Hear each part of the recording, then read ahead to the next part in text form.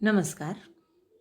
ધોરણ 9 ઇંગ્લિશમાં આપણે અત્યારે ચલાવી રહ્યા છીએ ગ્રામરમાં ડાયરેક્ટ ઇનડાયરેક્ટ સ્પીચનો ટૉપિક, જેના અંતર્ગત ચિહ્નોમાં ફેરફાર, સર્વનામોના ફેરફાર લીધા પછી હવે લઈ રહી છું કાળમાં ફેરફારો, કે જે પણ ખૂબ અગત્યનું હોય અને યાદ રાખવું જરૂરી હોય. તો જોઈએ. સર્વનામોના ફેરફાર જોઈ ગયા. એ પછી ત્રીજા ક્રમે એટલે કે સી છે એ કાળમાં ફેરફારો આવે છે. હવે કાળમાં ફેરફારો જોઈએ તો જો રિપોર્ટિંગ વર્બ વર્તમાન કાળ કે ભવિષ્યકાળમાં હોય તો રિપોર્ટેડ સ્પીચના ક્રિયાપદના કાળમાં કોઈ ફેરફાર થતો નથી. જેમ કે આપણે અગાઉ સેન્ટેન્સ જોયું, Manoj says two Rita I like your village. તો સેઝ ટુ હતું તો એ વર્તમાન કાળ થયું. તો જે રિપોર્ટિંગ સ્પીચ છે એમાં કોઈ ફેરફાર ન થયો કે આઈ લાઇક યોર વિલેજ, એમાં થઈ ગયું હી લાઇક્સ હર વિલેજ. આ થયું વર્તમાન કાળ. અને ભવિષ્યકાળ જો હોય તો એમાં પણ એ જ રીતે કે રિપોર્ટેડ સ્પીચના એટલે કે અવતરણ ચિહ્નમાં આપેલ વાક્યમાં કોઈ કાળના ફેરફારો થતા નથી. પણ જો રિપોર્ટિંગ વર્બ ભૂતકાળમાં હોય તો રિપોર્ટેડ સ્પીચના ક્રિયાપદના કાળમાં નીચે મુજબના ફેરફારો થાય છે, જે એક પછી એક આપણે જોઈએ. ભૂતકાળમાં હોય એ અર્થમાં કહું છું કે મનોજ સેડ ટુ રીટા, તો સેડ આવ્યું. આગળ ઉપર જતાં હું એક્ઝામ્પલ એક પછી એક લઈશ ત્યારે આનો ઉલ્લેખ પણ ચોક્કસ કરીશ અને વધારે ક્લિયર કરીશ. અહીં માત્ર અત્યારે હું નિયમોની જ ચર્ચા કરું છું, માટે ઉદાહરણ આની સાથે લીધા નથી. ધોરણ 9માં તમે આ સૌ પ્રથમ જ સ્ટેપમાં ડાયરેક્ટ ઇનડાયરેક્ટ સ્પીચ શીખી રહ્યા હો, એટલા માટે હું આ ડિટેલમાં તમારો આ મુદ્દો ક્લિયર કરવા માગું છું કે જે આગળ જતાં તમને ઉપયોગી થાય. માટે આ નિયમોને મેં આટલું લંબાણપૂર્વક લીધેલ છે. હવે જો રિપોર્ટેડ વર્બ જે છે એ ભૂતકાળમાં હોય તો અવતરણ ચિહ્નમાં આપેલ વાક્યમાં ક્રિયાપદના કાળમાં આ રીતના ફેરફાર થાય છે. ડાયરેક્ટમાં જો એમ અથવા ઇઝ હોય તો ઇનડાયરેક્ટમાં એનું વોઝ થશે. એ જ રીતે આર હોય તો વેર થશે. હેવ કે હેઝ હોય તો હેડ થશે. ડુ, નોટ અથવા ડઝ નોટ હોય વત્તા ક્રિયાપદ હોય એટલે કે સાદો વર્તમાન કાળ પણ નકાર વાક્ય રચના હોય તો એનું થઈ જશે સાદો ભૂતકાળ નકાર વાક્ય રચના એટલે કે ડીડ પ્લસ નોટ પ્લસ ક્રિયાપદ. એ જ રીતે સાદા વર્તમાન કાળનું અન્ય કોઈ ક્રિયાપદ હોય હકાર રચનામાં, અહીંયા મેં લીધું છે પ્લે.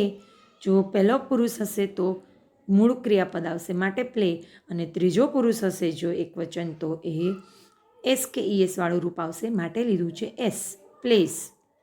એટલે આઈ યુ વી હશે તો પ્લે આવે અને હી શી હશે તો પ્લેસ.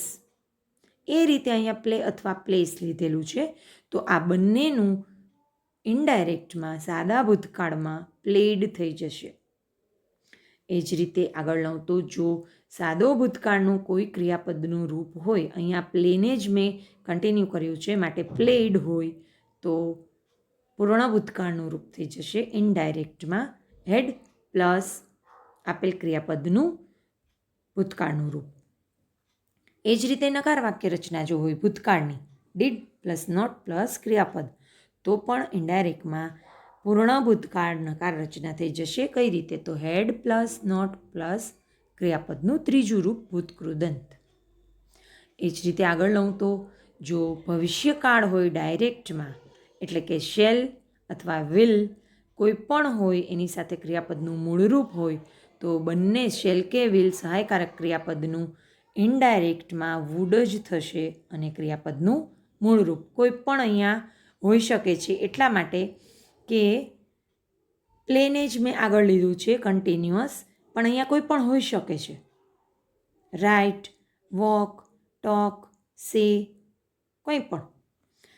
આગળ લઉં છું કેન પ્લે એટલે કે મોડેલ ઓક્ઝિલરી કેન સહાયકારક, જેમ શેલ વિલ સહાયકારક ક્રિયાપદ છે એમ જ કેન પણ સહાયકારક ક્રિયાપદ છે. તો એની સાથે પણ ક્રિયાપદનું મૂળ રૂપ ડાયરેક્ટમાં ઇનડાયરેક્ટમાં કેનનું ભૂતકાળનું રૂપ કુડ, ક્રિયાપદનું મૂળ રૂપ પ્લે. એટલે કેન પ્લે હશે તો એનું ઇનડાયરેક્ટમાં કુડ પ્લે થશે. એ જ રીતે મે પ્લે હશે તો માઇટ પ્લે થશે. અને જો modal auxiliaries should, would, could, must, might હશે તો એ જેમના તેમ રહેશે. એ ખાસ યાદ રાખવું. અન્ય લગભગ ક્રિયાપદોમાં ફેરફાર આવે છે, બરાબર છે, પણ આટલા જે આ ક્રિયાપદો છે તો એમાં ક્યારેય ફેરફાર નહીં આવે. એ ખાસ યાદ રાખવું. Modal auxiliaries should, would, could, must, might આ બધા.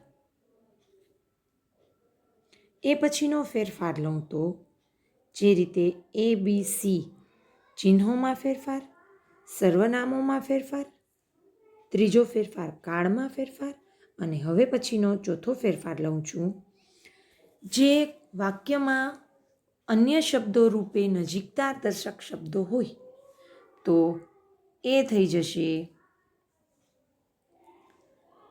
દૂરતા દર્શક. નજીકતા દર્શક હશે તો દૂરતા દર્શકમાં થઈ જશે, કારણ કે નજીકતા એટલા માટે હશે કે એ તરતની જ વાત હશે, અને દૂરતા એટલે થઈ જશે કે કેમ કે એ વાત બે વ્યક્તિ વચ્ચેથી ત્રીજી વ્યક્તિ પાસે જતાં એ થોડા નજીકના ભૂતકાળની થઈ જશે, નહીં કે વર્તમાનકાળની. ખૂબ માઇન્યુટ ફેરફારના કારણે આ ફેરફારો થાય છે. હું તમને કહું છું કે તમે આ નિયમો યાદ રાખજો. હવે માની લો કે તમારામાંના એક વિદ્યાર્થીએ પોતાની અન્ય બહેનપણીને એ વાત કરી કે બેને કીધું હતું કે આ નિયમો યાદ રાખવાના છે. તો ત્યાં એવું ના આવ્યું કે મેં કીધું છે કે આ નિયમો યાદ રાખજો, તો હતું થઈ ગયું. આ અર્થમાં નજીકતા દર્શક શબ્દો છે એ દૂરતા દર્શકમાં ફેરવાય. Practice will make you very clear. એટલે અત્યારે માત્ર આ નિયમોને જ તમે ધ્યાને લેશો. જોઈએ, જો ડાયરેક્ટમાં વર્ડ ધીસ હોય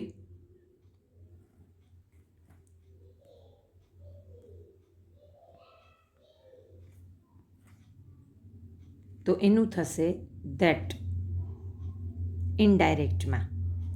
એ જ રીતે જો ડાયરેક્ટમાં ધીઝ હશે તો એનું થશે ઇનડાયરેક્ટમાં ધોઝ. એ જ રીતે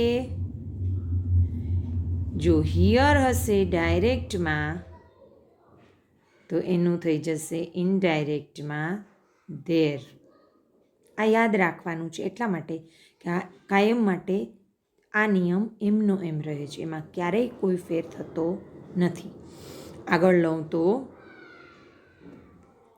જો ટુડે હશે તો એનું થઈ જશે ધેટ ડે.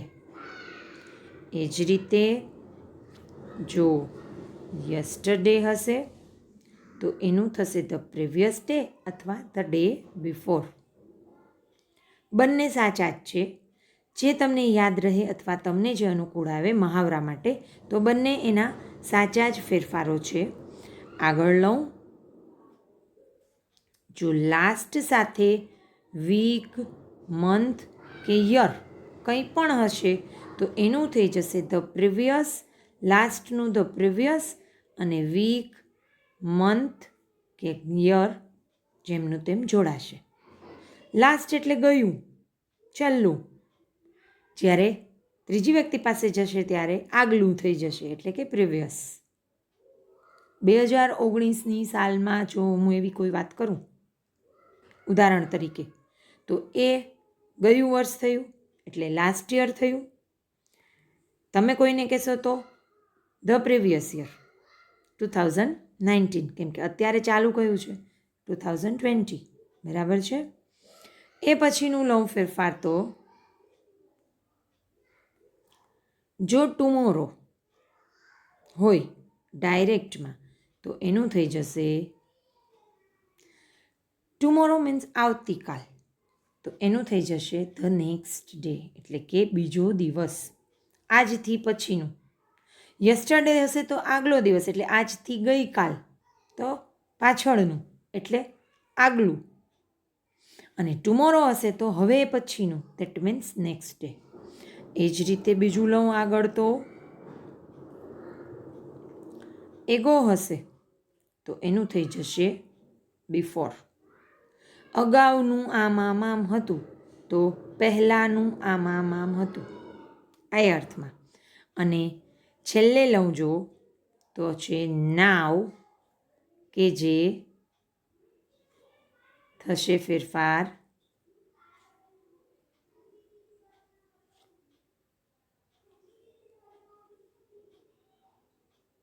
ધેન.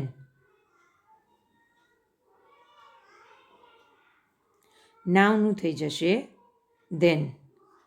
આ થયા નજીકતા દર્શક શબ્દોને દૂરતા દર્શક ફેરવવાના નિયમો અથવા તો યાદ રાખવાના શબ્દો. 4 ફેરફારો મુખ્ય છે ડાયરેક્ટમાંથી ઇનડાયરેક્ટમાં કોઈ પણ વાક્યને ફેરવવા માટે. હવે પછી વાક્યના પ્રકાર પ્રમાણેના ફેરફારો હું એક પછી એક લઈશ. આશા છે તમને આ 4 જે અગત્યના ફેરફારો જે છે એ સમજાયા હશે. Thank you.